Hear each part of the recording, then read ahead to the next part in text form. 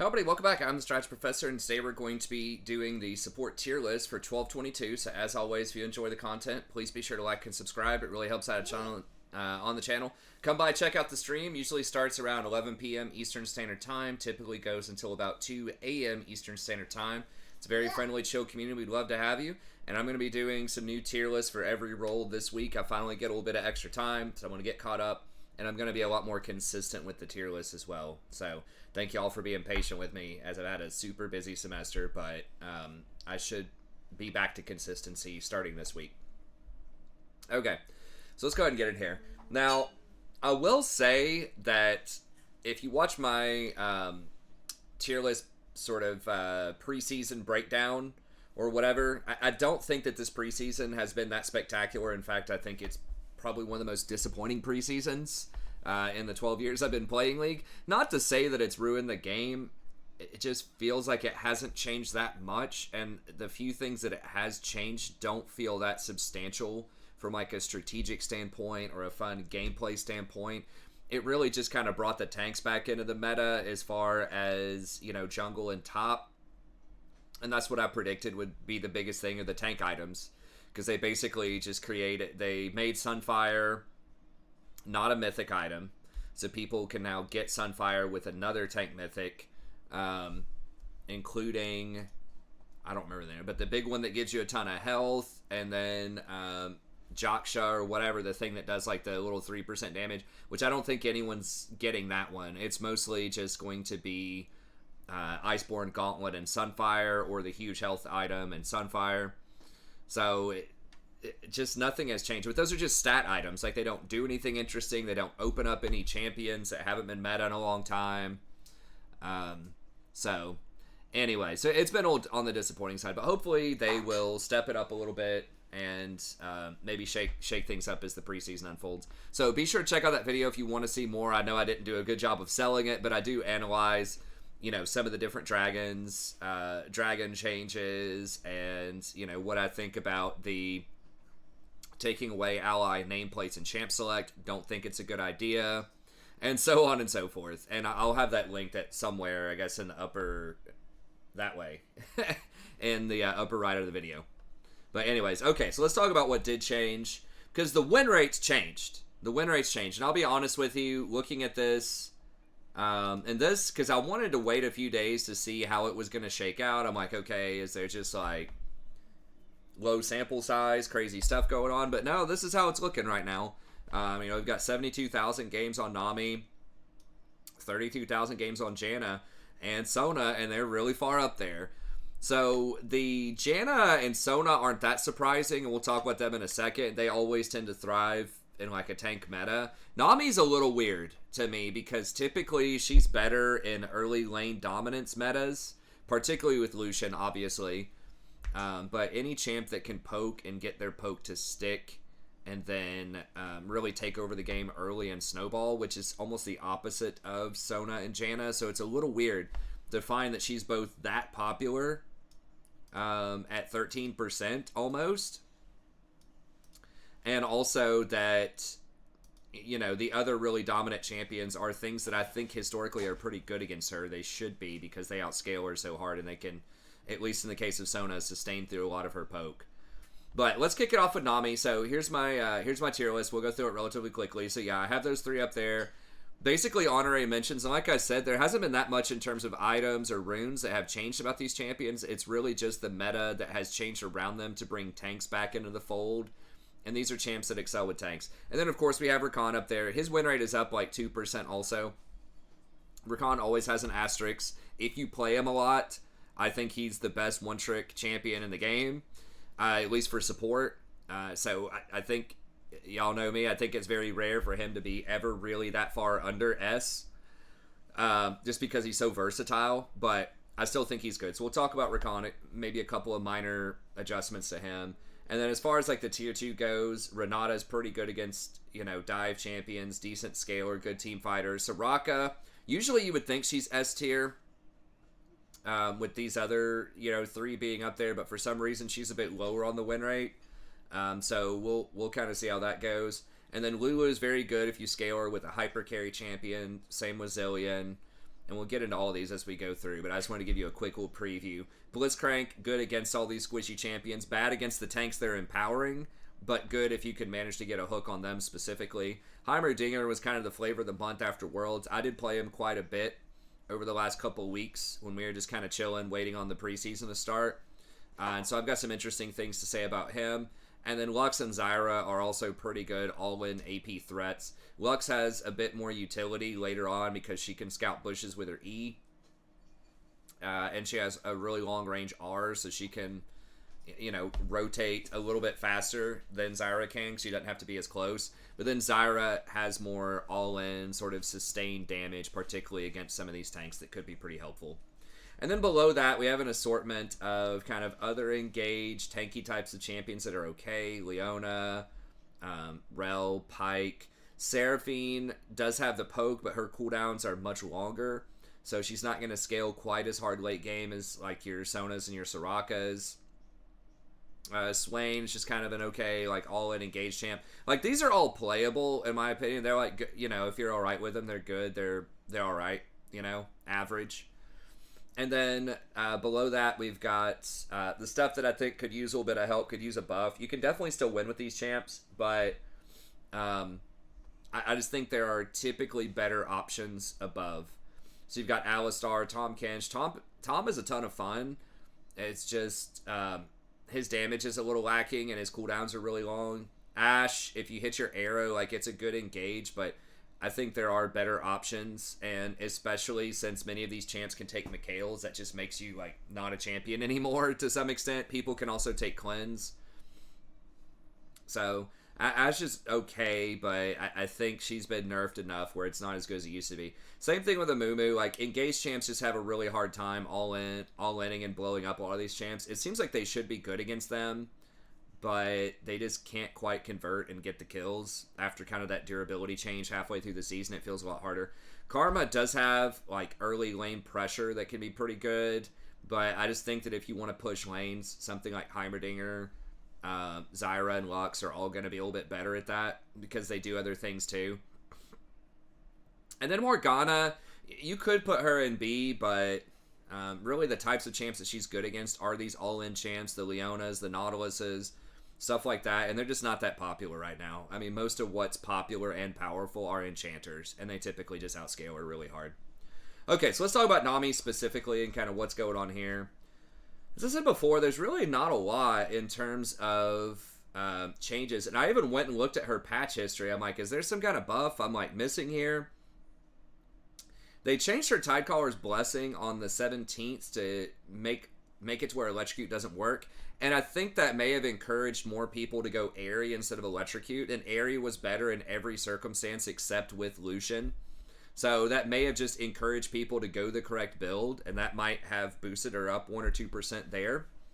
On 12-10, she also, I think that was a durability patch. I think a lot of champs got this. But she got the extra health, which made her a lot more viable, the 70 health there. In exchange, they did nerf her healing a little bit, but that's just the heal amount on the W, not the damage, so she still has pretty good poke overall, and that's pretty much it from the last 10 patches or so that look significant as far as win rates go. She's still going to get Mandate. They haven't nerfed a lot of the other things. They nerfed Moonstone a while ago, maybe 6 or 7 patches ago, and maybe by, like, that made Mandate a little bit better. There are, like, quite a few caster types of champions that are pretty good, and Mandate does work really well with those champions with some kind of ranged, poke type of thing. Like, you can put him on Jhin, who's very popular right now. Like, his, shots on his ultimate can apply it for extra damage. His grenade can apply it. Yeah, go ahead. So there's that. Obviously, synergies with Lucian and his ultimate and some of the other stuff he can do. So I think it's just the types of ADCs that are like ability caster ADCs, like Kai'Sa, Jhin, Lucian. Those types of things are going to get quite a bit of benefit off of the Mandate. Now, I think it's only... Mandate and your E. Sorry, I meant to talk about the E as well. So E plus Mandate is a lot of proc damage. And whenever someone gets hit with your E, then that's going to apply the slow, and that's going to apply the mandate. So it's very easy to trigger this mandate on people with Nami. And I think that synergy between those two is really strong on champions that use ability damage. That's what I meant to to say that. Not just the mandate, it's just the synergy of the mandate with the E. So maybe that's more powerful than I think. Historically, she does have all-in pressure. If you land your Q, Caitlyn's really popular right now. That's an easy trap target. It's an easy Gen W. Those are two of the most popular ADCs. That is a nice synergy. You do have really good poke early. She is very good against something like Janna historically because Janna can't really peel your wave or peel your Q. If you throw it, so those are two different ways you can engage on her. And if she's trying to channel her ultimate, those are two different ways you can stop that as well. So usually lines up fairly well with Janna against Janna in the early game. And she has so much range, she can play so far back. I don't think it says the ranges here. But that Q is like 900 range. That's about like an average hook range. Maybe a little bit less than something like a Leona E. But it's a pretty good distance for engage. The W is a little shorter range, but it's 725, so it's still out of auto attack range for most ADCs. And your E you can put on people, and that's the thing too with a lot of this is you can play her behind even your backline and still be really high impact. Like you can throw the wave on someone and then it's just going to bounce to the front line and bounce around. You can put your E on somebody from really far away and it's going to do your damage. R obviously has a tremendous amount of range. So that's a huge thing with Nami is that you don't have to directly target the enemies and you can be extremely far behind your allies. So it gives you a lot of freedom with how you want to sort of reposition and set yourself up in fights. So that's a big part of her kit. And again, just the synergy with E plus that. And then you can also get something like Ardent Sensor. And if you take Revitalize, and I don't know if people are doing that second, or not Revitalize, Font of Life. I don't know if that's as popular second. Yeah, it is. That's what most people get.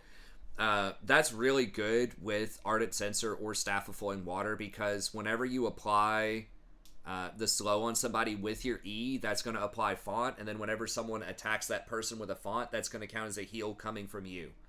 So that's going to trigger Ardent Sensor or Staff of Flowing Water.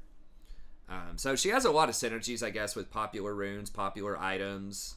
And she's just doing really well. I mean, again, I didn't think that much would change in the preseason, but her win rate, I believe, is up a pretty decent chunk, especially at lower ELO brackets. Look at that. That's going from 50 up to like 52. So overall, good aggressive ADC, great synergy on like your first and second items. A pretty good peeler, pretty good all-around utility champion later in the game. So maybe I'll try to play Nami some more. I played her a couple times. She did feel pretty good. It is difficult if people are going to engage on you and you don't have a lot of great ways to deal with something like Hecarim ulting you. And it is still really hard to get quality vision and to rotate up and down the river if they have a lot of mobile assassins or like hard engaged champions. But again, in team fights at least, she can stay pretty far back, and so it's difficult for people to actually get to you to kill you in a lot of team fights. It's just if you get flanked or if you're alone trying to ward, it can be dangerous. So you gotta be careful with that. Okay, Sona. Not really a surprise that if tanks are back, Sona would be back. She's almost always one of the highest win rate champions. They have nerfed her over time, but she just synergizes so well with tanks because she has such a low cooldown heal with her W, and it also shields people. They have nerfed it multiple times, but it's still, if you touch like 3 people in a team fight, it's thousands of effective healing and shielding every time you do it. It's on like a 4-second cooldown.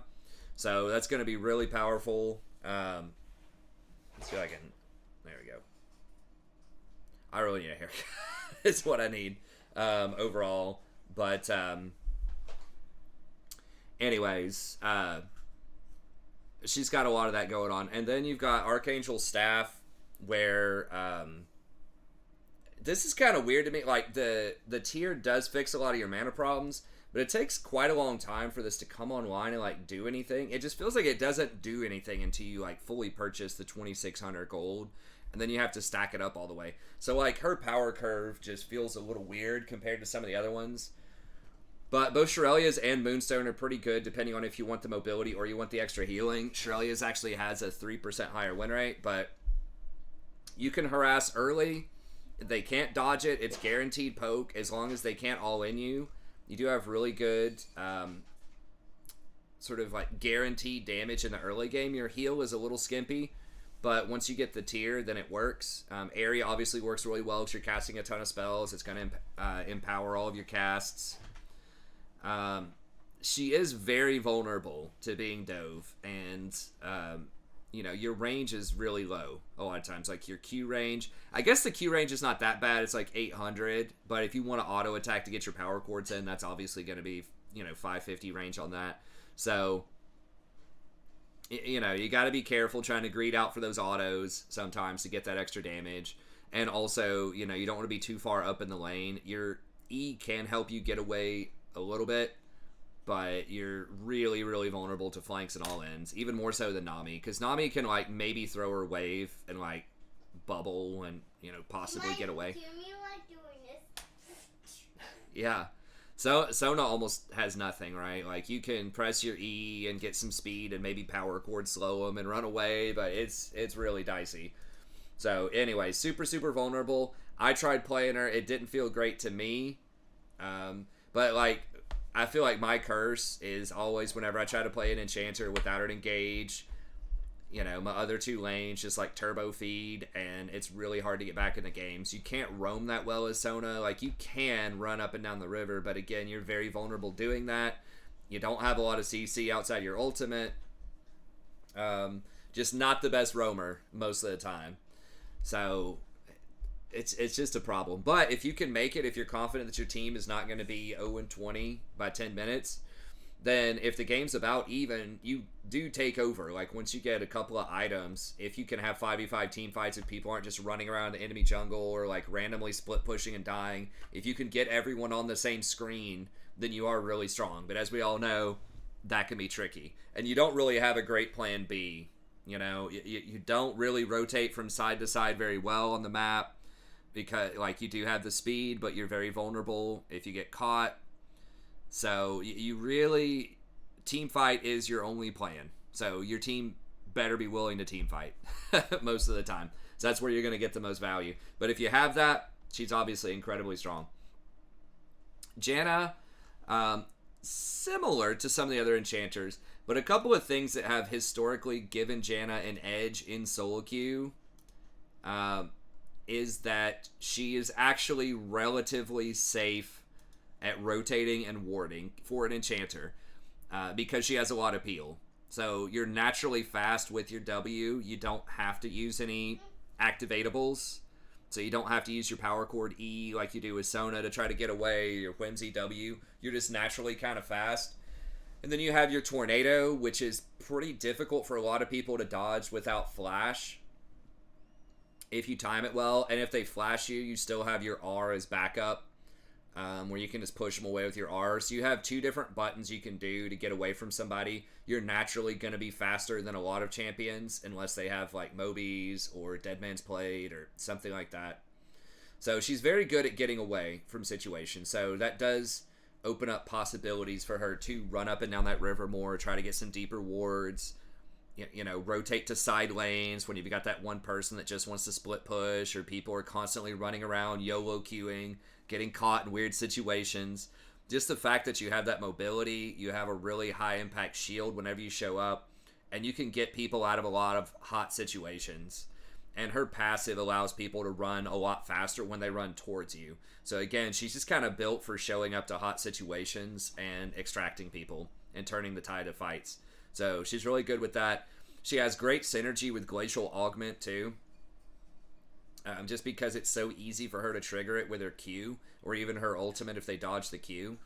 And that just fits into her kit of sort of locking everybody down, slowing them down, allowing your teammates, if they need to kite backwards, away from the melee champions, utilizing your passive, utilizing your Q, utilizing your R. So it just fits in really, really well with Janna specifically. So she's got a lot of lockdown, a lot of area of control effects. She can rotate well. I would much rather play something like Janna right now in a lot of comps rather than Sona, just because you can protect yourself and you can control fights a little bit better. Sona and Soraka like have the raw power, but as far as like just numbers on their heals that they can put up over Janna, but Janna just has a lot of that intangibles, as you would say, you know, in a sport that are really good for her. Just like that tornado is not going to show up on a lot of stat sheets like as being that significant, but it's a big deal. It interrupts a lot of engages, and especially with Glacial Augment, it really makes it extremely difficult to get through Janna, to get to the back line in a way that just other enchanters have a hard time matching. So Janna very strong. She is a little bit harder to play. If Sona is like maybe a 2 or a 3 on the difficulty factor, Janna might be like a 5 or a 6. It's because you are reactive. You have to, you know, time that tornado a lot of times to try to stop their movement. I mean, she's not obviously not like Yasuo hard or Thresh hard or something like that, but I think she's harder than a lot of other enchanters, and she's just kind of weird, like how to use that tornado, when should you ultimate, because you can actually save enemies if you ult at the wrong time. It can be a bad thing. So anytime you have an ability that can actually be bad for your team, you have to learn how to be, you know, really careful with it. So anyways, Janna, pretty good. And then Rakan. So not a ton has changed on Rakan in terms of build. They did make him melee, which maybe if you're doing relic shields helps you secure those like last hits on cannons and things like that a little bit easier. So there's that. A lot of the time I've been using Frostfang, and the main reason is you just get the mana regen, because it is expensive to trade with Rakan because you need to use all 3 abilities for a trade, right? Like Nami, you just walk up and W, that's a trade. You can put your E on yourself if you want, add that to your autos. You can Q if you want to try to go for an all-in. You have options, but you can just W if you just want to play like really efficient mana for trading. Rakan, you can't really do that comfortably. You have to use all 3 abilities to get a reasonable trade, and that's a lot of mana, because you got to use your W to go in and then your E to go back out. You can try to trade with your Q, but it's pretty wimpy. Usually I just try to like hit Qs early, just mostly to heal myself and heal my ADC through like whatever kind of marginal poke they might be putting in. But you know, the real deal all-in trades are going to be you landing a W. So he's surprisingly mana intensive early on. You don't have things like Staff of Flowing Water or any other mana runes most of the time. Or not Staff Flowing Water, Mana Flow Ban. So you don't have that a lot of times. So just having Frostfang is good. So I don't know. I guess like the win rate on Frostfang is lower and Relic is a lot more popular. So it just kind of depends. If you go Frostfang, it also enables you to go for a defensive item if you want. Also, so you can go for something like a Even Shroud or a Locket. Now those are both looking kind of bad. I had some pretty reasonable success with Even Shroud before. Now this has a good win rate but a low play rate. This Radiant Virtue, they did buff it fairly recently. Increases your max HP by 10%, so you get like effectively like a big shield on yourself. Now I don't know if you get healed for that amount too. I guess if you're at full HP, effectively you would. And your allies gain some ability haste and heal for like 3.3% of your max HP. It could go higher. I don't know. I tried this once. I wasn't super impressed with it, but maybe I could try it again. I mean, getting that big shield, it's like a 200 shield or something whenever you go in. It's only a 60-second cooldown, so that's not that bad. I'm just thinking like Locket is 90 seconds. It's probably about the same amount of shield on you as that maximum health. Now that stays up for longer, for 9 seconds. But this can shield a bunch of your allies. I don't know. But going the mana item allows you to go for one of these defensive items that doesn't have mana regen. Because you definitely, if you go Relic Shield, like you have to go Shurelya's because you're going to need the mana. Otherwise, you're you're just screwed. You're going to run out of mana like halfway through every fight. So that kind of forces you, if you go Relic, to go Shrelia. So it's not that bad to go Relic if you know you're going to go Shrelias, but if you want to have the option of going for a more defensive item, if they have a lot of burst damage, then I think Frostfang's good. And it just allows you to be a lot more aggressive and take more aggressive trades early on. But it can take longer for you to get your wards if you're not consistently hitting your Qs, or you're not getting opportunities to go for your W trades because maybe your lane's just getting dumpstered or something like that. It can feel really, really bad. So the downside is really bad, and the upside's kind of like medium, I guess. So I don't know. Maybe it doesn't make sense for a lot of players from a risk-reward perspective. But everything else is pretty standard. I will say Putrifier is still very popular. I think this is a trap item most of the time. They've nerfed a lot of the healing over time, and you only get 40% Grievous instead of 60 now.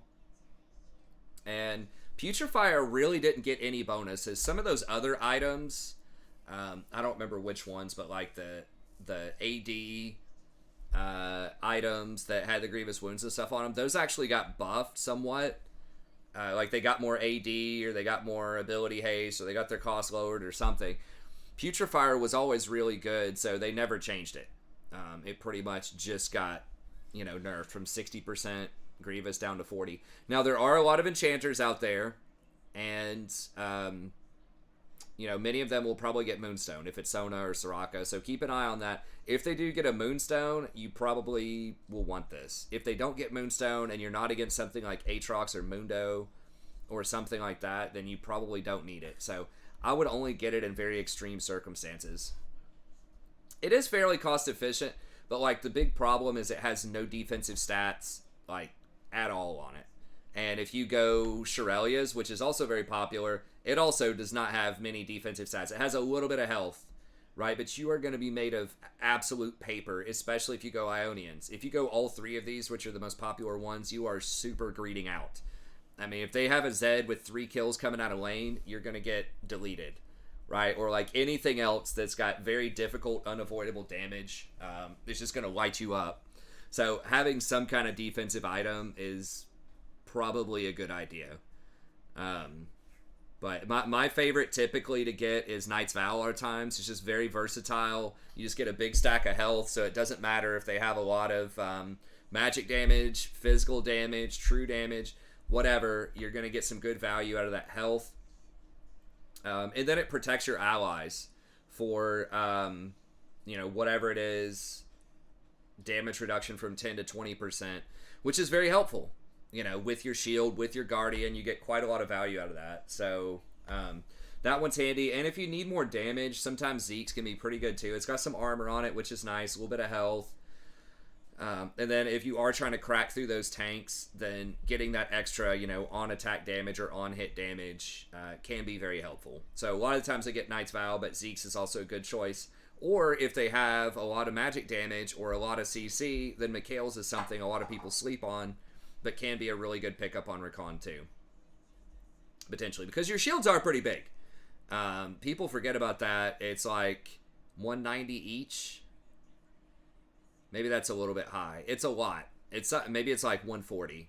140 each. But like the total combined shield is somewhere in the neighborhood of 300. So it's really big. Compared to like a Janna like shield is like, it's been nerfed. I think it's like 160 now. It used to be 240, but it's been nerfed so many times. But like Rakan's double shield is massive. Yeah, they buffed it, I think, sometime this season. It used to be 140. It's 150. It's 140% AP ratio with a 300 shield. It's a big shield. So, anyways, Rakan's still a good choice, still versatile. He can engage, he can peel. He's one of the safest supports out there, so you can very freely roam up and down the river, get deep vision, dive. You can't take the tower shots as easily as something like a Leona or, some other mega tank, but you can get out of there a lot of times pretty quickly. So, really versatile if you can make good use of that mobility. Okay, Renata, still pretty good. Honestly, I haven't played against her a ton. I know she did get She was played some at Worlds. I think she was fairly popular at Worlds. But kind of an odd duck. I mean, one thing also, now that I'm thinking about Nami, is that she's not really that reliant on healing. She does have some healing, with her W and her kit, but she just doesn't get hosed as much by Grievous wounds as some of the other champs. So if you have a bunch of healers on your team, you've got a Silas on your team, or an Aatrox, or just something else that's going to heal a lot, then taking Nami could be a good choice, because then you're not giving them very much value for their Grievous in terms of your personal contributions. And Renata's kind of a similar way. Like, she has a lot of utility, but she doesn't directly heal. So again, Grievous is not a great answer to her, but she does have a lot of utility. So she's got nice range early on, so you can get some good auto attacks. With her passive, then your teammates get some good auto attacks if they actually follow up. So she pairs really well with something like a Caitlyn or Varus, like something else with high auto attack range. Now you do have to be careful because she doesn't have a heal. So if you throw your E, then you're going to get a shield for yourself, and if you stand close to your ADC, then they're going to get a shield too. And so ideally, you give yourself a shield, you hit them with your E, and then you hit them with an auto attack and back up. And that's like a good trade. If your ADC's like, lined up with you. So it's much better at higher elo where people understand that. They can, make good decisions. But even at lower elo, you can just kind of fish for hooks with your Q. If you get them, your all-in's okay, like Q, E, and then just start autoing, and you do a lot of extra damage. She uses Shurelya's really well, Ardent Sensor, and she's just got a nice, versatile toolkit. I think she's kind of the new age Thresh, like different in the sense that, she doesn't have Lantern or whatever, but just in the sense that, like, she's got a hook, she can start a fight, she's got a shield with her E, she just has a lot of utility and is not directly a healer. And that W, of course, is incredibly powerful, as everybody knows. It's both a steroid for your attack speed, movement speed, all of that, but then also it gives you resurrection that can be permanent as well. So really good against those all-in, like, suicide dives on somebody that's low. It's just not happening versus Renata. So almost impossible to dive her or the ADC. It just, especially at lower elos, people just do not play around this ability that well at all. So it's incredibly strong. And then, of course, your R has a huge hitbox. It's pretty slow. What is it, Rory? What? Your blankie? What? I don't know what you're pointing to. Okay, I gotta... Honey, what is that? Did you spill your drink? Okay. Oh, I took the lid off. Okay. Well, I'll fix it in a little bit. It's okay. Daddy's got to finish this video.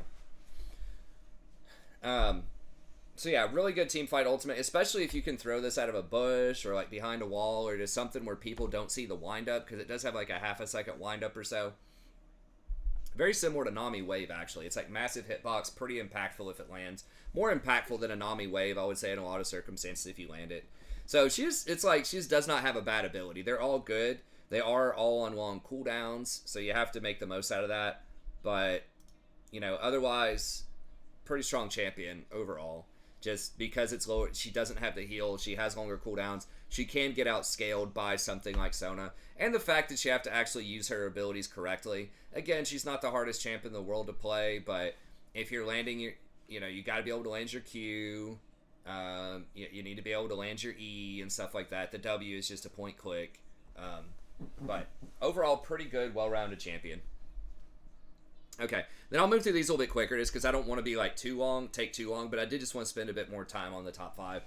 So Soraka, as I said before, still going to be really strong. It is a little puzzling to me why she's not higher, because I see her as probably the most oppressive laner if you don't all-in her, right? Because she just gets to sit there and fish for Qs the entire time from a long range. If she ever lands it, it feels so demoralizing because you just know she's healing up probably to full, and so is her ADC. So it's just some of the best sustain possible in the early game. It's almost impossible to win lane if you just kind of have a scaling poke lane. And it's actually like pretty good wave clear. If you get 2 or 3 points in your Q early, she can Q that back line, combined with like a Varus or a Caitlyn, and just push you in incredibly quickly. So very strong, very vulnerable to ganks. You know, you can use that silence zone to get out of some situations. If you use that, you hit your Q, you might be able to run away. So I'd say she's a little bit safer than something like Sona, but it's still challenging. But then you also have your global ultimate, which can really turn the tide, especially if you coordinate it with your team for dives, you know, top lane or mid lane or whatever. So it is hard to get super far ahead early, but it's almost impossible for them to get ahead of you early too. So pretty strong champion. Then obviously scales like oppressively well. She gets Moonstone, and then you know, gets either Redemption or Mikhail's or whatever, and it's sort of off to the races. She can also do Shurelya's if you want some additional, you know, utility for your team, and you think your healing's okay. You don't need Moonstone to go with it. I mean, the thing about Moonstone with Soraka, though, is, like, you know they're going to get the Grievous Wound item, like, 100% against Soraka. So that does kind of encourage you to diversify a little bit and get a Shurelya's. That's why usually Shurelya's has a higher win rate on her. Just because, again, you're just giving them less value on that Grievous. So, yeah, really strong, great team fighter, great kind of global presence. Doesn't have a lot of utility outside of her raw numbers. Like, that silence is clutch in some situations, but, you know, her raw numbers are really, really high, especially if no one else on your team has a lot of healing and they all are getting Grievous Wounds just for you. That right there is extremely powerful. So, very good champion. Okay, Lulu still going to be... She did get nerfed. Her W, I think, got an extra 1 or 2 seconds on it as far as the cooldown goes, and she is vulnerable to poke. She has pretty short range on her shield. She's like one of the shortest range supports, because her harassment is only 650 units long, which is... And it's also your shield. So you have to walk up and W them, or like walk up and E them, and when you do that, you can't shield yourself. You can't E yourself. So whatever they send back your way is going to stick, and you don't have any healing. So it's just trading with her is a little awkward. Like, you can shield yourself and walk up and auto-attacking Q them, I guess. But it's just not as good of early trading unless you get really far ahead as some of the other champions. So she does still scale, you know, really well with her W, with her her ultimate, her shield. She does have a lot of protection and a lot of scaling for champions that do well with attack speed on the backline. So like Kog'Maw notoriously is very good with her. Twitch obviously is very good with her. So she's still out there. I just think she's a little bit more of a situational pick. It's possible she should be in B tier, but just the fact that she's an enchanter and like every other enchanter's kind of popping off right now makes me want to at least put her in A. Don't worry about it. My legs turned it off. Okay, thank you. And then Zilean, I'll give him his proper respect. He does have a high win rate right now. It's about 53-something%. If he lands double bombs, you know, it is quite a bit of damage. It does have a stun, which is pretty nice. You do have a lot of movement speed to rotate around the map quickly.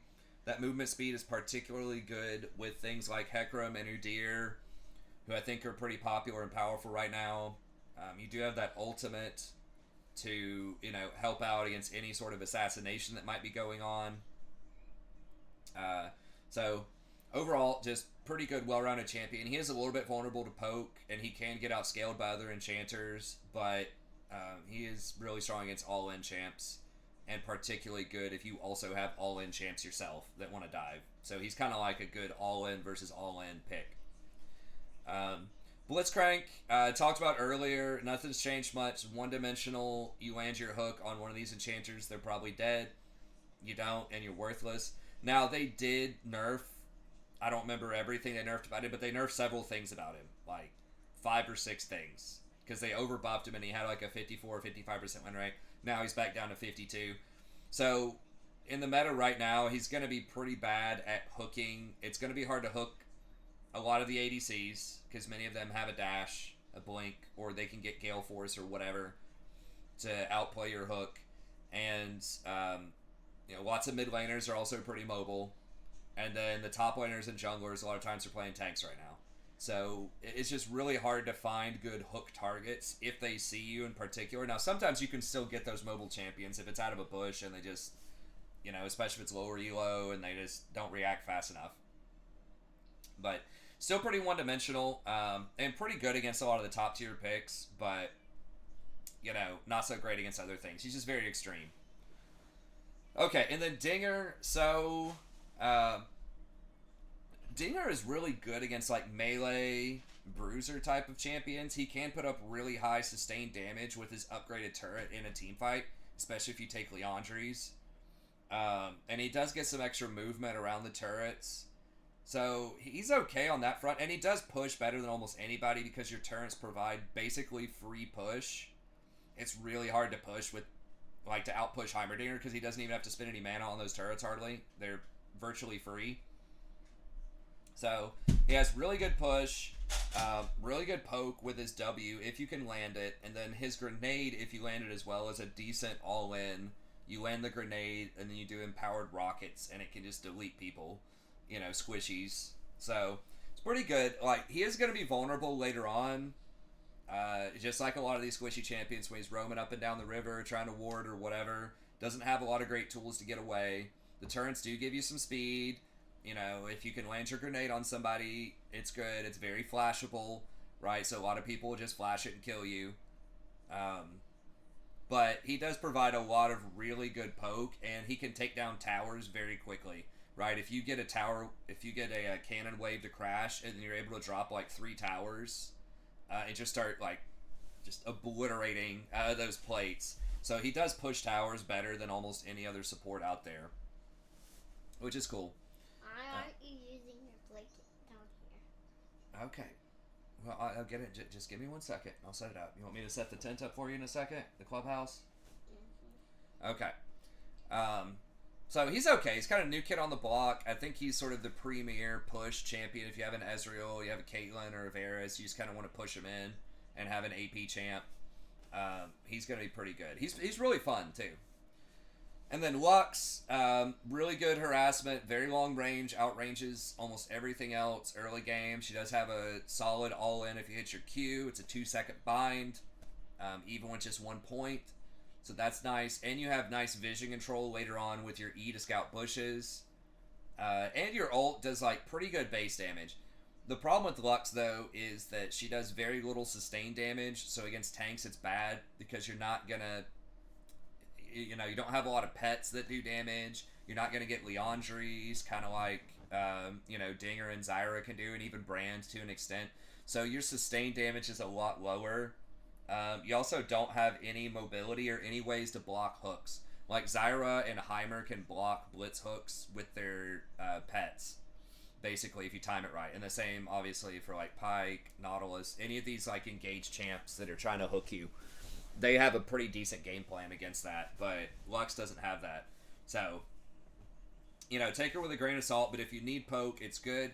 And her kill threat with something like a Jhin specifically or a Caitlyn is really good because, that bind is 2 seconds. It gives them forever to follow up with a W or set a trap underneath them. So really good with those 2 champs, and those 2 are pretty popular right now. And then Zyra, lots of damage early on, lots of virtually guaranteed harassment, especially if you can back them up off the wave. You just spawn one of your Q plants. Even if they dodge the Q itself, the range on the plant is like 750. So effectively, it's like 1500 range, like guaranteed harassment. So it's really good. The problem with Zyra is just her, like, her plants take so long to restock. It's like 18 seconds or something. And you don't want to put points into it to lower it because it doesn't improve your damage at all. So she has a really dated sort of kit. Like, the kit is okay. It's just, like, how you get the plants is really dated. I feel like they need to give the W a little bit more spice. It used to come with cooldown reduction on it, and then they took it away. So, it's a little awkward. Or, like, maybe if you put points in it, then it improves how much damage your plants do.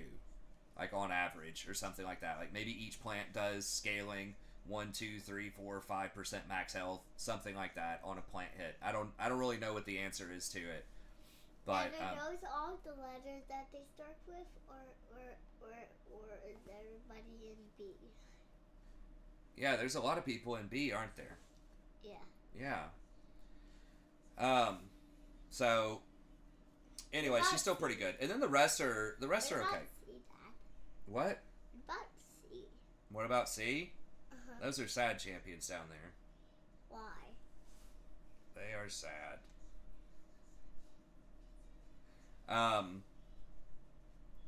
So yeah, I guess we'll go ahead and call it there. I don't want the tier list to be too terribly long. Everything else is like I said, it's playable in the tier 3. I mean, Yumi has had several nerfs. You could definitely put her up. You know, at least in A if you really want to. Are they B or are they C? Some of them are B and some of them are C. So you could definitely put her up there if you want to. I just think in solo queue it's a little bit harder just because your vision control is so horrible with Yumi. I think these are C. I think those are B. Yeah. And okay. I think that's A, and I think that's C. I think you're right. Okay, hang on just 1 second. So. I want to see what their names are. So yeah, they're all good. Yumi is the one I think that could be up a little bit higher. You could also put Tarek up a bit higher if you really wanted to. His win rate is pretty high, but his range is really low, and I just don't think he scales as well as some of the other ones. But if you do have a way to start a fight, if you do have that Hecarim on your team, or you know just something else that can get in there and you can really use that ult, or you got a Master Yi, the classic, then that could be pretty strong. Nautilus also is like quite a bit lower than Leona in my mind now. He's so squishy. Leona can still engage and kill people, and she's pretty tough, but Nautilus is so squishy. Excuse me. But anyways, okay. Well, that's going to be it. Thank y'all very much. Be sure to like and subscribe if you enjoy the content. Come by. Check out the stream. It starts around usually 11, sometimes 12 p.m. Well, 11 p.m., 12 a.m., but we usually go until about 2 a.m. So come by, check it out. It'll be fun. And then we've also got, I'll do an ADC tier list tomorrow. Then I'll see if I can do, Dad, each role every day this week. That's a crying zombie. It's a crying zombie right there. Yeah, he's very sad. Yeah, there's no one in D. It's all empty. Yeah, there's no one in D. Okay, Rory, you want to say bye-bye? You want to say bye, people, to the camera? Bye, people. Bye, people. Okay. All right. See you guys. Be sure to like and subscribe.